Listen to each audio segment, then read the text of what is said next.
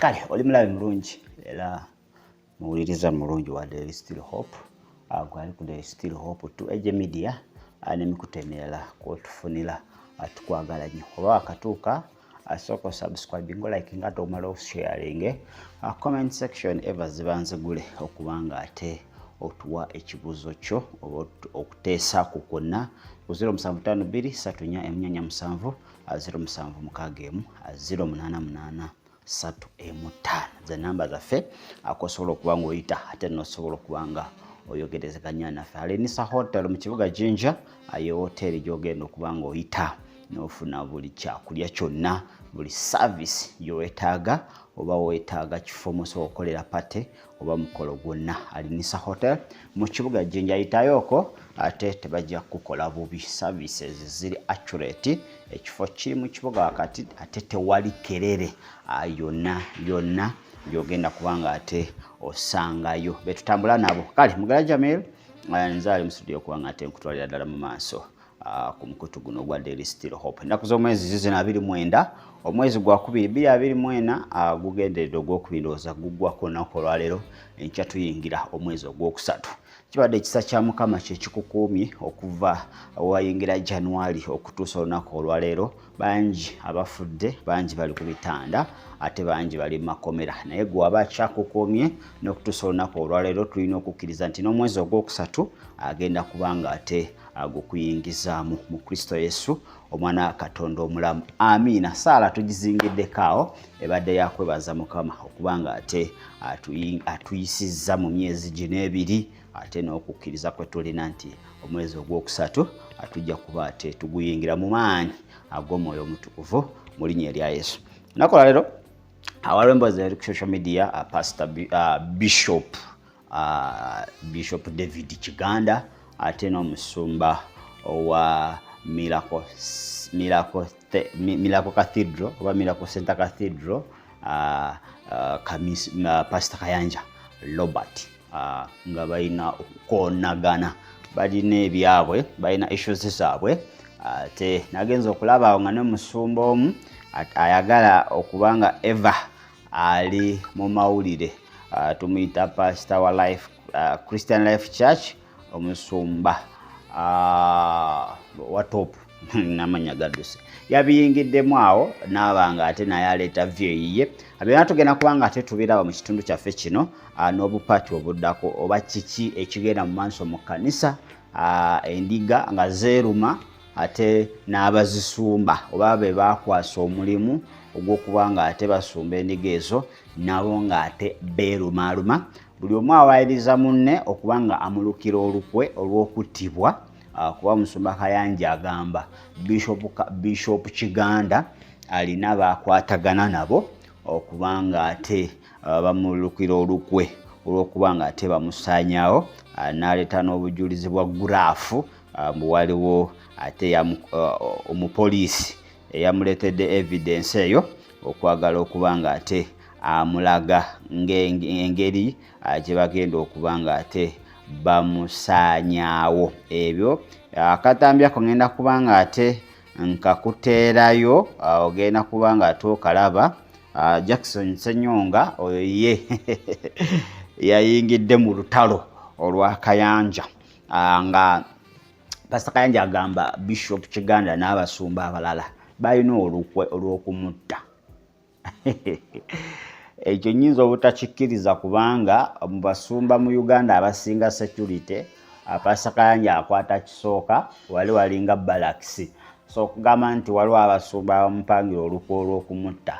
Nze ku ndowooza yange, simanyi gwoba olowooza tejja tuwa endowooza yawo, anyinza obutakikkiririzaamu kuba bano abasumba abasigadde security gye balina tetuuka ku y'omusumba Robert Kayanja owa Miracle Center Cathedral inza okuba nga ate tetuukawo. So ekyo nyinza obutakibayinga oba obuguraafu.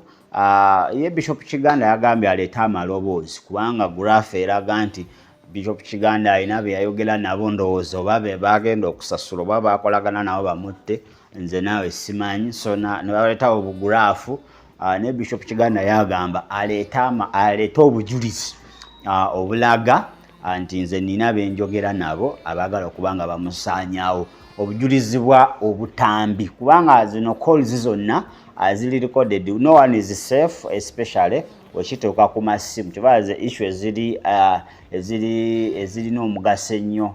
When someone asks on the phone sikuddamu, we need to sit down. Wadde n'okutuula someone can record, it's fine naye essimu zo tezikyali nnyo safe. So agamba leeta obujulizi obulaga mu recordings wemba nina be nayogera nabo. So ekyo kitutwalawa nga ffe ekkanisa era kikye kiraga kubanga zino entalo tezigenda kukoma wakati w'abantu ababiri oba abasatu oba abana.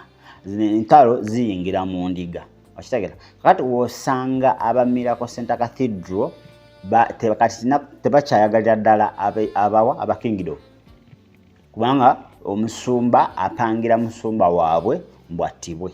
Kati abe Cathedral tebakwatagana kati n'aba Kingdom ninga ffenna tugamba tuweereza muntu omu. Kati bano abasumba entalo bazijja kubeera ku personal level ne ziyingira mu kibiina.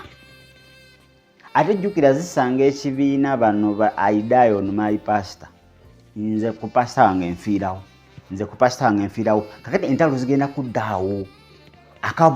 Kati eringa NRM ne Nuupu.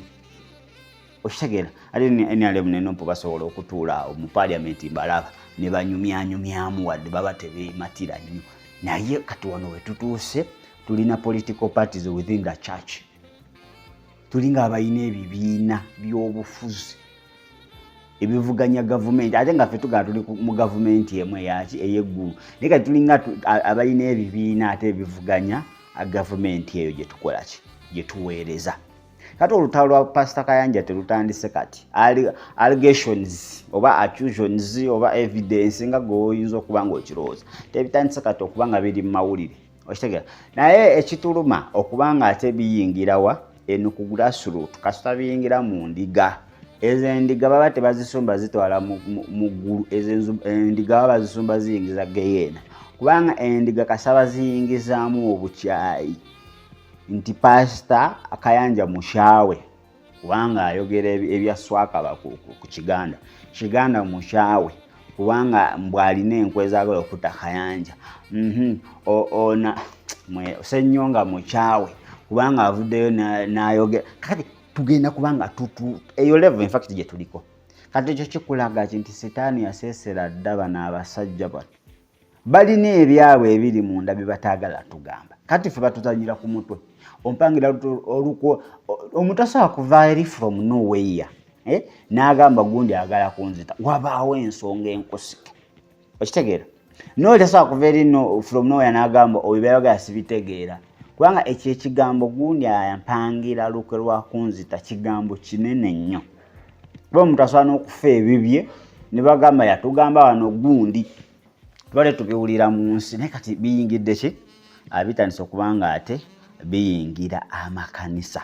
Kankuteere akatambi ako kaddakiika nga 8 njagala okawulirize. Owulize Kayanja, owulize ne Kiganda, tugenda kujja tumenyemenye ensonga ezo nze nkulaga side yange. Naawe mu comment section osobola okutuwa side yo. Abagamba buulire enjiri ava ku basumba tubatumiddeko nnyo kuba eno njiri okitegedde bali ku njiri eyawula okitegedde bali ku byabwe banoonya byabwe bava ku kusumba endiga gundi musumba okubanga musumba munna ayagala kukutta. That's not good. Ate bagenda mu mawulire okitegedde onayimira kuti omanyi kati tukozeseza Yesu ebintu byatuwadde ate okutuukiriza emirimu gya Setaani. I'm telling you nga naye olina essimu eyo wogikozesa okutuukiriza emirimu gy'omulabe. Kakati Katonda abawadde zi radio abawadde empapula z'amawulire abawadde buli kimu ekyetaagisa okubanga bakola obuweereza naye balemereddwa. Social media platforms ezo bazikozesa kulwana ntalo zaabwe okitegeera. Aze n'omusumba omu gwe neegomba mwegombako ekintu eki kintu kiri eki amita Tom tojja musanga mu ebyo bya kerere gundi agala kunza gundi njogeddeko kino ekyo kyokka kye mwagalako ebirayinza okuba nga alina ensobizo oba alina ebintu simanyi oba ekifo naye that man has that character, humility, I know that humbleness gyalina. Kayanja wadasirika kuba Kayanja bukyabo kati ekiruma abasumba kwe kubanga bino byonna bibaddewo Kayanja bamugamba muli wa Bisiyaga nga naye okirowooza n'omulala buli omu alina view ye kusinziira ku ebyogerwa bivuddeyo naye baagala bawulira omusumba nga avaayo akola statement publicly. Kati ye Kiganda ayagala Kayanja akole statements bbiri ey'Oluganda n'ey'Oluzungu. Lwaki ayagala akole ey'Oluzungu? Ey'Oluzungu egende mu bazungu eri kuba ya abantu kale mu ndowooza ennyangu ssente zivaawa abasiyazi gye basibuka nti n'abasiyazi bakiwulire nti ekyabikono munnaffe atukoze eki atuvudde mu kyobala ye agamba akole statements bbiri akole ey'Oluganda eyo y'Abannayuganda akole ey'Oluzungu ebere international bamuwulire nti kati abagambye tabangako omusiyazi. Naye ekyo bakirinze emyaka giyiseewo emyaka gitambudde omukulu agaanye okuvaayo n'akola statement eyo. Wadde Bayibuli egamba sete yejjusa olwayo olugero nti omuntu okusirika akuwonya bingi naye awaliwo ekituuka no you make clarification nogaba naye si nti neewozaako naye ebyo ebintu sibirimu. Just a simple statement. Kati abasumba bagamba lwaki omusajja boogera ebyo byonna mu mawulire n'atasirika manya n'atavaayo n'abaako kyayogera kuba amajja gamba entalo si zaffe Mukama yalwana entalo Mukama muleke omusajja okusirika mutuufu leka asirike Mukama amulwanire entalo. Naye kakati entalo ndabanga ezitali mu mikono gya Mukama ndabanga entalo ziri mu mikono gy'abantu ziri personal. Omusumba Kayanja wa Miracle Center yasinzidde mu kusaba okulwokutaano n'akakasa abantu ng'abasumba ab'enjawulo omuli n'omulabirizi David Kiganda owa Safe Semengo mu Kisenyi bwe bagenda bamupangira enkwe nga bakolagana n'ab'ebyokwerinda. Omukuguma n'abalina ebyuma byaffe awa police experts with the machines ab'empuliziganya with the telecommunication experts empuliziganya amasimu ge baali pulled beekubira out the phone calls exchanged amongst them, amasimu ge baali beekubira the phone calls they made amongst themselves, nga bakola enteekateeka plotting ey'okutusibako amatu g'embuzi to falsely accuse us. essimu zaabwe Their phone ennamba numbers, zaabwe their phone numbers. the thing is there. Amanya gago mugalaba bagagaziza mugalaba gago.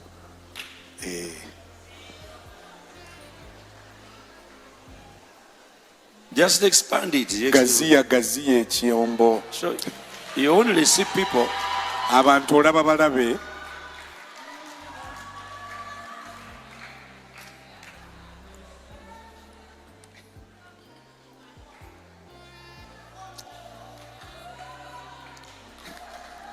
only God. Katonda yekka. This year Guno omwaka your morning is ending. okaabako kukoma. Mu kwanukula kwe omulabirizi David Kiganda agamba nti okusooka ng'okuzuula amazima nga tonnabakubaako kyogera ku muntu munno kikulu nga n'ono yandisoose kumwebuuzaako oba kituufu. Kiganda alina essimu ate n'omusumba oyo alina essimu ya Kiganda. Lwaki tiyakubidde nze n'abuuza nze buli kyayagala okumanya kuba akibuuze nze agenti wayi wali wano omupoliisi kyandeetedde kiri bwe kiti naye kiri kitya kubanga era Bayibuli egamba nti bw'oba olina ensonga ku munno Bayibuli bw'egamba oba olina ensonga ku munno sookayo ennyini gw'ogirinako gw'oba otuukirira ogimugambe kaakati bw'alimu okutegeera munno leetayo owookubiri eyo Bayibuli nze kamujjukize Bayibuli wadde yansooka okugisoma kangi musomese Bayibuli egambye bw'oba olina ensonga ku muntu ye yennyini gw'oba otuukirira bw'agaana okutegeera yita owookubiri bw'agaana okutegeera yita owookusatu bw'aba agaanye okutegeera then mufuule munnaggwanga okimudikiriyalinga funa TV kw'omwasangwiriza okiwulidde ono nyengeri gy'omwonoona naye kakati tubasooka ate tosooka kufumba tosooka kulya ate n'olyoka onaaba mu ngalo. So today ndoza mu Bible tugitegeere bulungi. That's what I would expect of him. if at all you have any issue with me, why don't you call me and ask me? Omulabirizi ayasanguzza abamu ku basumba. Omusumba Kayanja bagamba nti be bamu ku boogerezeganya n'omulabirizi ku masimu okumupangira enkwe. Kale singa yatoto mutaano nambuuza lwaki Jamiru Muwada yali akukubidde ku ssimu. Jamiru Muwada musajja musiraamu. Kyokka Jamiru Muwada oyo musiraamu ye vice chairman owa LC1 Kiganda zone Mengo Kisenyi ekkanisa mwennyene ekkanisa ekyalo mwennyene ekkanisa gwe mukulabako waliwo omusumba ali ku nsi wano ng'ekyalo kwayina ekkanisa chairman we tamukubiranga ku ssimu. Waliwo omusumba ayina ekkanisa ng'ekyalo kwayina ekkanisa vice chairman we tamukubiranga ku ssimu. Kati gobanga oyina issue zizo ne chairman w'ekyalo kwennyini ekkanisa oba vice chairman ng'olina issues zo endala kitegeeza nti kati buli yali ayogeddeko n'omuntu oyo gw'oyinako issue mulabewo. Kati ezo ensobi ze tukola nga tetutegedde now such a thing kati kyayinza n'okuba nga kiwulira kusooka katobeera teweeswazizza. Wabula bino omulabirizi abiyise byakuteebereza ebitakola makulu ng'era ono wano wasinzidde n'amusaba okuleeta obujulizi obw'amaloboozi asobole okukakasa ensi. Kakati ndowooza kalekanga teko ku buntu obwo bu graphic abaana bwe bamuzannyedde mu graphic design. Okay. Uganda yandiyagadde okumanya essimu ezo bwe baazikuba biki bye baayogera kuba tukoma bukomi gamba nti gundi yakubira gundi yali amugamba ki. Telecom company ezo ezisaving obuntu obwo telecom company abazikola technology bannanyini technology oyo bakoma kukola buntu obwo bokka bu metric bu graphic design bwe bakola bokka bwe bakoma okutegeera machine zaabwe tezikwata maloboozi produce the audio jayo audio gamenti gundi yali ayogera ne gundi yamugamba bwati ne bwati so luva buyedde nganda akawaya kano bwenkana bawe kati kirabika wano bali bapolotinga okunkola obubi ojja kukoleramu ensobi nnyingi nnyo. Omusumba Kayanja alabuddwa okulekerawo okussa abantu abatamulinaako ntalo mu nsonga ze nti era anoonya engeri endala gy'asobola okugonjoolamu ebizibu bye. Omukulu alemedde okubulira Uganda amazima nti n'abaabimuleetera mu kooti abaabipresentinga mu kooti gye buvuddeko mu kooti gy'essaali byabalema okudefendinga kuba baababuuza ebibuuzo bye batasobola kwanukula. Baababuuza ebibuuzo nti essimu z'oyogerako nti baagikubira omusumba n'ekizibu eky'abavubuka kye wafuna abajja gy'oli nga bazze baagala bakompensating ku byombi kiki ekyasooka kasita onnyonnyola ekyo ansa oba ogiina ojja kizuula ti abantu bano boogezaako okutaaginga mu bintu byo tebabirinamu. They are not even your enemies. Tebabirimu. Niyo buli awo abantu abava ewo nga bali offended ndooza banoonya obuyambi mu bantu ab'enjawulo ne kakati ate kibi nnyo okufuuka kiiso kya mbuzi ekirekerera omussi ani kitunulira omubaazi. Omulabirizi Bakira aliko amagezi gawadde munne okuvaayo alambulula ensonga eno mu lulimi Oluganda saako n'Olungereza okusinga okubiteekamu abalala. Ku addressing ensonga zo n'onoonya engeri gy'oza addressinga n'onoonya engeri gy'ozizikiza n'onoonya engeri gy'okuulinga abantu bw'otandika okutaaginga buli gwe baali boogeddeko naye n'otandika okunoonya buli gwe baali boogeddeko gw'oba olumba gw'oba owalampa kati ensonga oba ogiresaawo. Address the issue. Go ahead and address the issue. Find the time to address the issue. This issue did not start yesterday. Okay? It's an issue that has been in town for some good years. Okay? Nebo nuna kugamba ni yayogerako ne gundi. Omanyi gundi oyo ye mulabe wange. Naye ani yayogerako naye? Ani yaliko naye? Ani bannange ojja kubikoleramu ensobi nnyingi nnyo. Engeri eyalibadde esingako. Kiganda bwe baŋŋamba nti Kiganda oli muyeekera. No, the best way.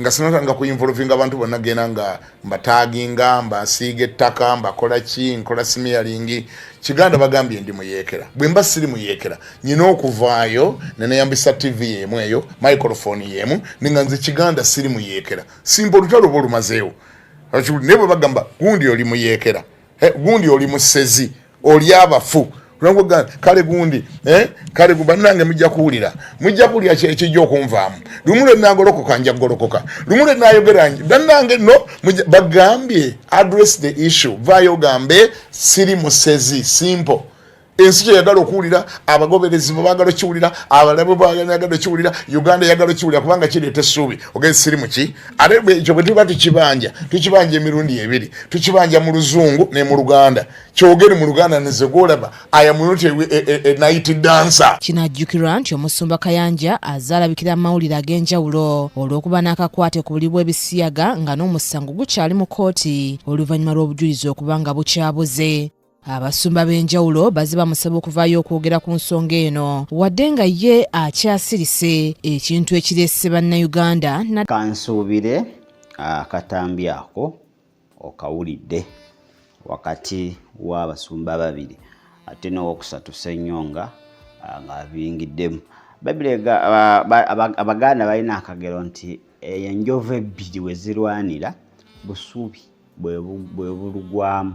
Kato zino endiga eziri mu kyaki zombi bugenda fuuka busubi zino endiga zino enjovu ebbiri bwe zigenda okuba nga ate zigwa. Bishop omuwulidde ne pastor omuwulidde buli omu awa ensonga ze naye nze kyensinza okulaba oba kyensosa okuba nga I notify abasumba bava Katonda. That's number one. Tebakyesiga Katonda ade n'omulundi ogumu. Abasumba tebakyesiga Katonda.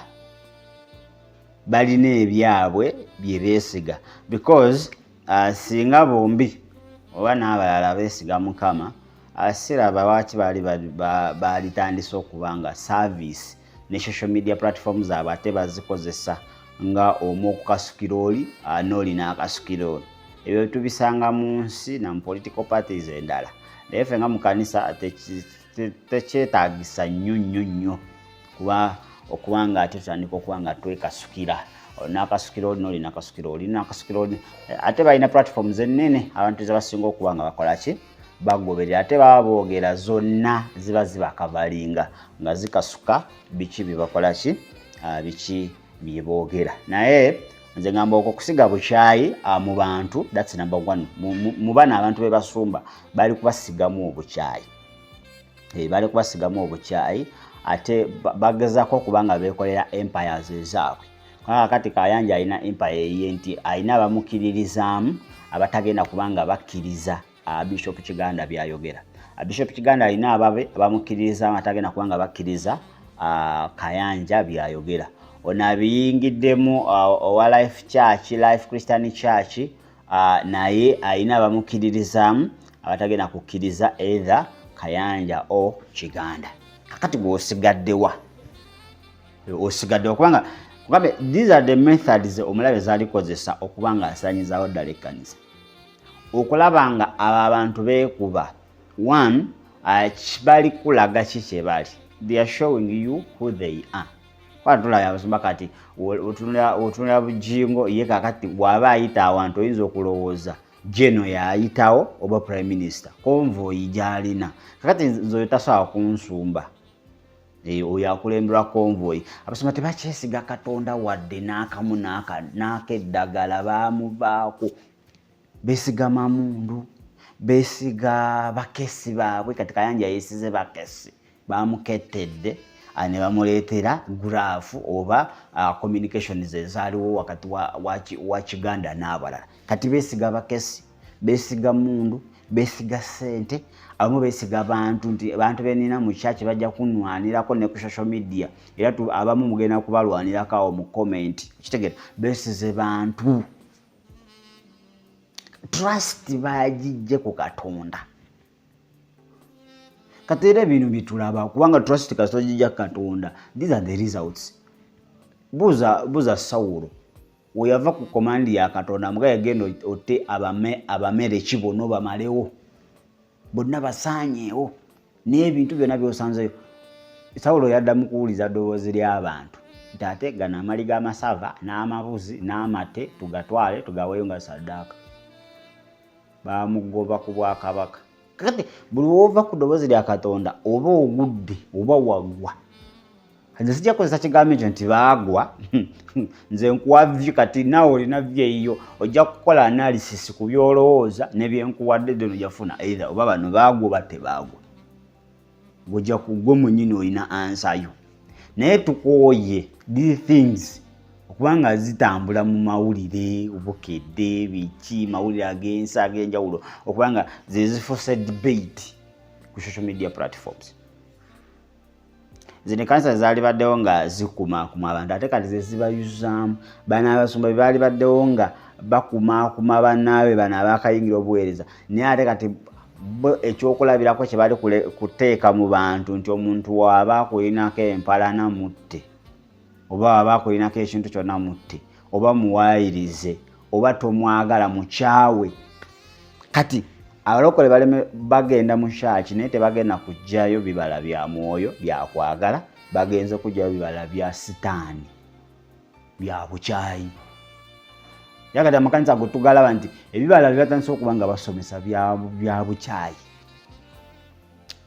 within themselves ba mu nnyumba emu tugeze nti tuli ba mu nnyumba emu nife abali mu kweyuza kati abamu wetujja ne tubyogerako wano naawe byolikola no fe tuli kwogera ku biri kubigenda mu maaso mu ku social media ez'enjawulo mwabadde tebinaabawo nga tusirise okitegedde naye Bishop Kiganda ne Pastor Kayanja none yabiyingiddemu ani ono Christian Life Church mugezeeko okubanga mutuula wansi mwetereeze awaasoba muddemu mwetereeze mwekube mu mutima.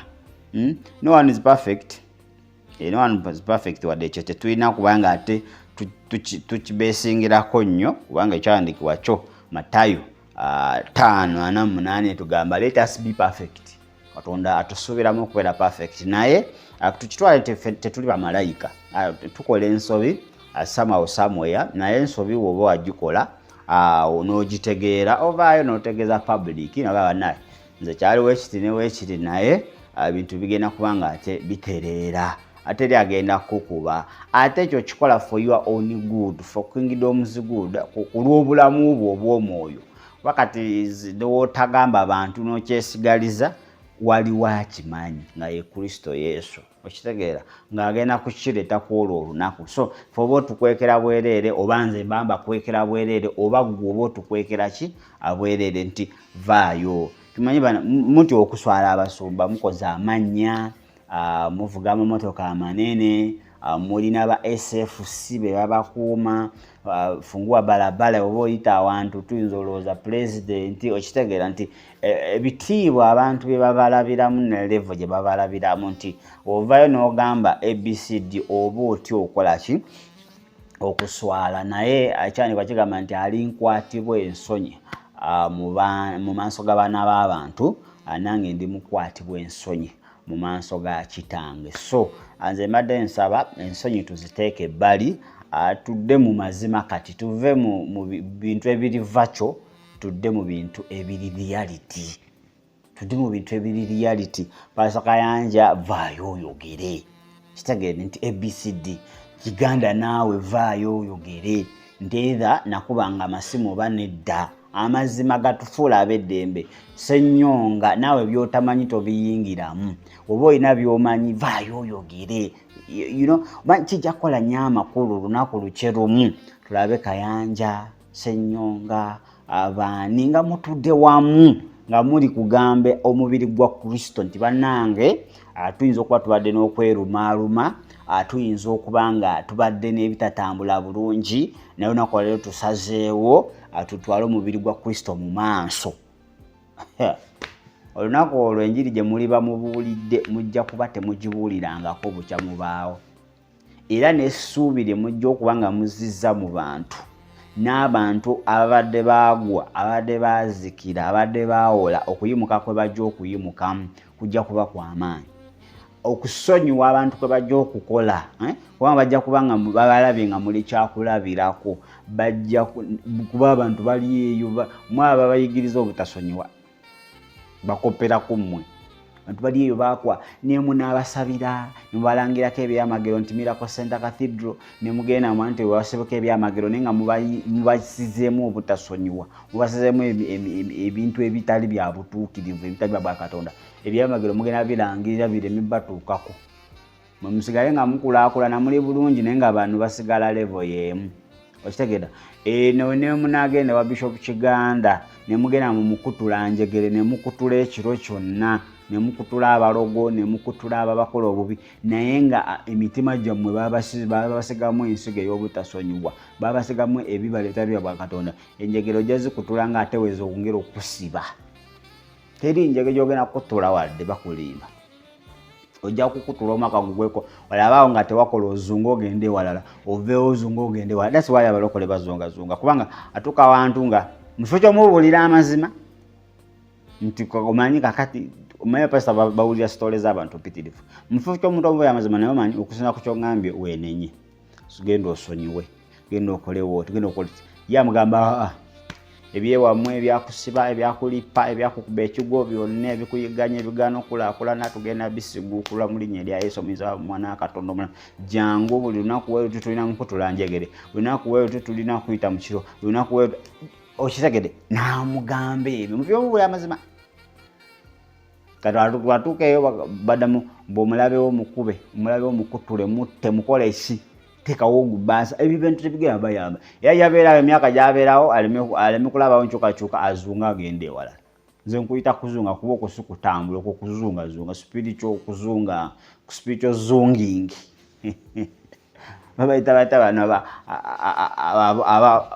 okuba babagabonzi simanyi bagabonzi simanyi bati we bati okitegeera so ebyo byonna biriwo kubanga you people you have failed to tell the people the truth mulemedde babulya amazima muina ababalwanira ku social media wetuvayo ne twogera amazima nga ababalwanira kubanga mwabasigamu ekyo you die for your pastor you don't die for Christ you die for your pastor nga bajja mu comment nga bawogana nga boogera bye boogera kubanga mwaba abayigiriza kayisakira tuddeyo mu tulaba abayigirizwa Yesu be yalekawo buli omu yafa enfa eyiye ate etali nnungi naye buli omu yafa nga afa ku lwaki ku lwa Kristo Yesu ku lw'omulimu okitegedde teri yafa nti Timotheo teyafa lwa Pawulo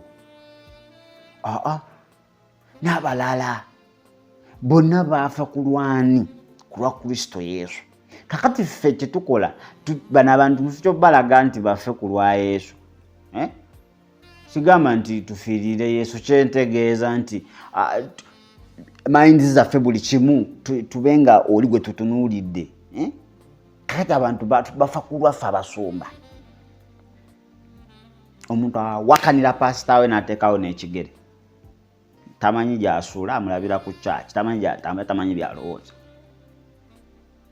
okitegedde omuntu asobola okuyitawo ng'abasiraamu bali ku Yesu bavuma n'atafaayo n'ayitawo nga bali ku pasita we ayimirira n'atabuka okuba kulwana n'alwana n'okuvuma n'avuma muli basiru temumanyi bye mukola mwava ku mulamwa naye nga lwakubaki pasita we kakati webaogera ku pasita omulala atakwatagana na pasita we awo nga jakuwaana mukimanyi naku zino wadda ku mulamwa naku zino omwoyo mutukuvu naku zino nina omwoyo wa Mukama wali wava ku mulamwa kati oyogera bituufu kubanga oyogedde ku atakwatagana naki temutuwaananga mutuveeko mutwesonyiwe twogere bye tulina okwogera tetujja kwogera bye mwagala bye basanyusa nti lwakuba twogera ku musumba atakwatagana na musumbawo ne mutuwaanawaana bwe tukwata ku musumbawo aye ne mutubuukira no oba mwagala mugulewo social media platforms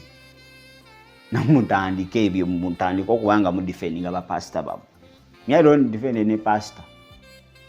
I defend Christ.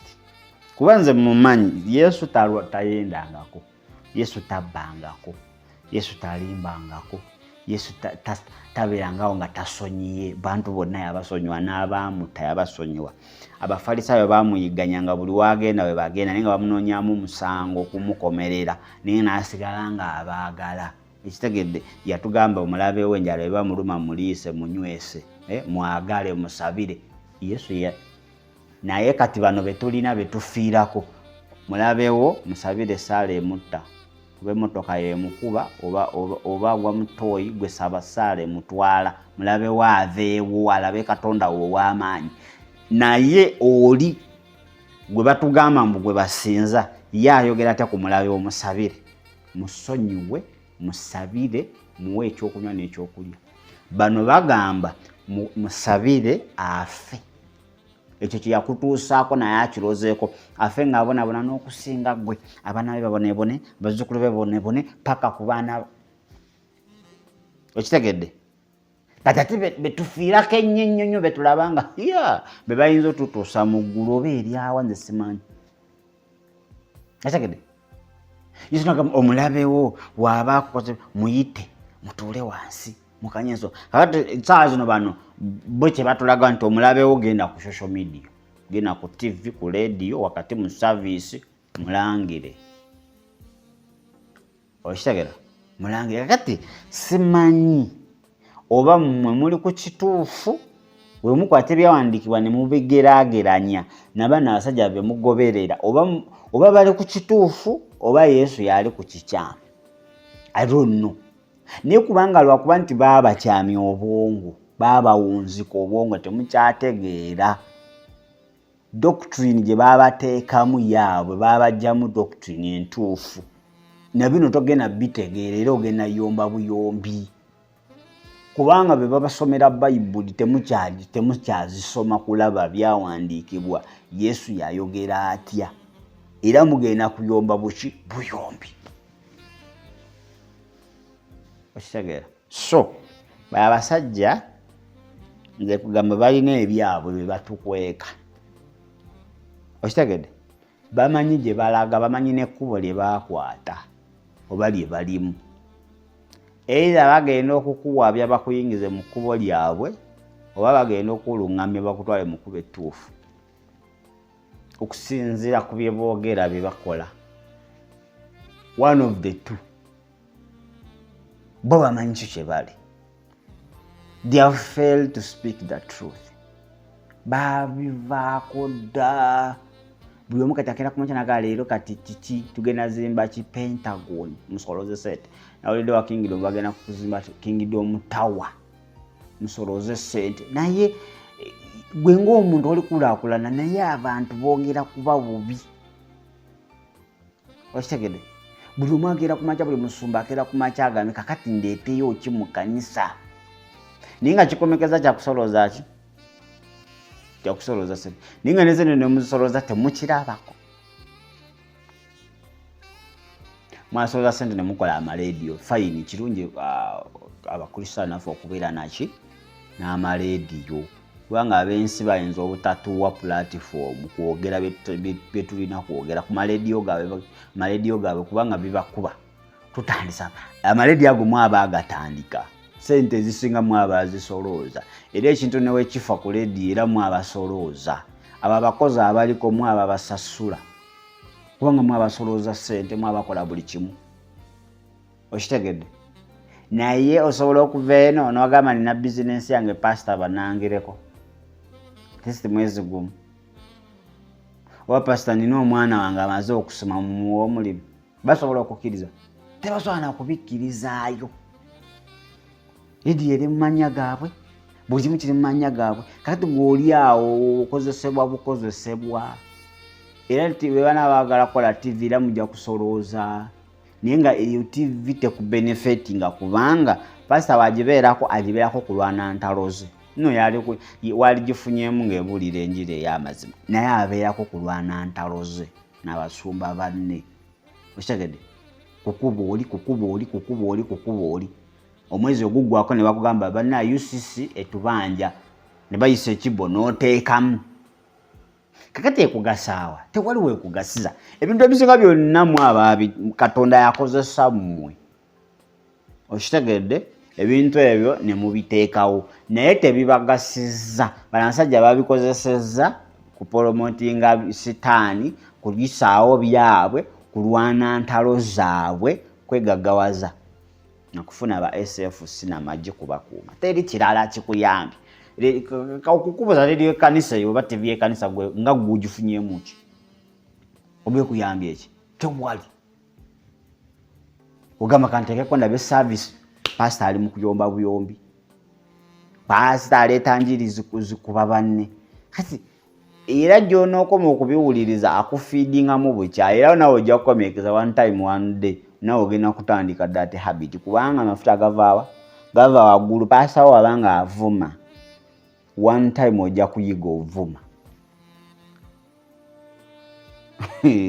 pastor waba tasonyiwa one time you will not forgive kakati katonda ebintu abakozesezza olw'omulimu gwa Kristo naye ate mmwe kati kankubuuze gbutuuseewa ku level church esesetuse nsumba bazimbye amakanisa bazimbye biki gwe nga gwosesetuseewa spiritually wakona physically wakona financially bakunywa bunywi tewali kyeweeyongerako kitegedde so makanisa go tugendemu naye nga tubeere n'amagezi ag'omwoyo wolaba nga pastor takyali byayogera tebikyakwongerayo spiritually sooka weetegula ekibabu sooka weetegula ekibabu mukama kakati mukama ndagewa kitegedde mugabe mukama wano ndaba tewakyali mmere waliwo mawolu sina mawolu butuwa so basomba mmwe tetwagala kutega radio zammwe nga tuwulira njiri twagala tega radio zammwe nga tuwulira bujulizi tetwagala wuliriza nti ate pastor guno yagala kunzita gw'olina amagye ago gonna bagenda kuyitawa badde n'abagayina battibwa naye bano be baali kaabi kubanga bo nzo basanga balinayo amagye ababakuma bana bata bane bapasita amagye mugagazaaki Jemu nalaba Bujingo nja kuleetera story ya Bujingo yali alina waayita naye bannaaye emmotoka yokka gy'atambuliramu ya magye bamukuuma ba SFC pasita magye gegakukuuma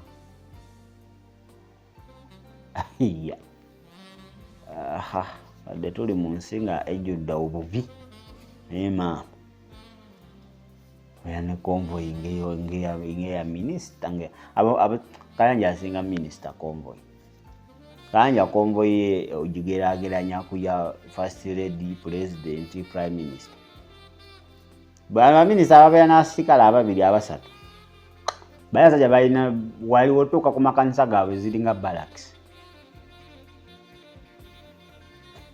nga bonna bali after musumba tebakuuma mu kubazinga bakuuma mu basi baba babbako obusawo biki byonna bakuuma musumba gwoba bakubaka akasawo lwaki tebaagala kumanya bba ekyabasasula n'ekyabaleesa okuuma pasita kubanga talina kimutuukako kati mmwe abalina amagye agabakuuma oba mutandise okukaaba nti guno ayagala kunzita kakati endiga ezitalina magye zemusumba zo zikaabiriraani mwe mulina amagye babakuuma muli tukaabirira ffe abatalina namagye kati ffe tukaabiriraani mwabali tulaze nti embeera yonna mukama ate muli ku social media mwekuba gundi anzaakunsa gundi agakunsa kakati abantu bo bakaabiriraani naga amagye agabakuumira abo abantu be bazisasula ssente ziva mu kibbo kuba ziva mu projekiti za church ate projekiti za church era abantu be basasula ne musasula abe SFC bakuumaani bakuume pastor kale sigala sokka wano kino kitundu ekisooka tujja kudda mu kitundu ekyokubiri twongere okuba nga tetukuba tooki kituufu pastor Kayanja ebimwogerwako bituufu musiyazi musiyazi pastor Bishop Kiganda Senyonga ye awali olutalo ye waayagala ye bamuyita zaavugiddewa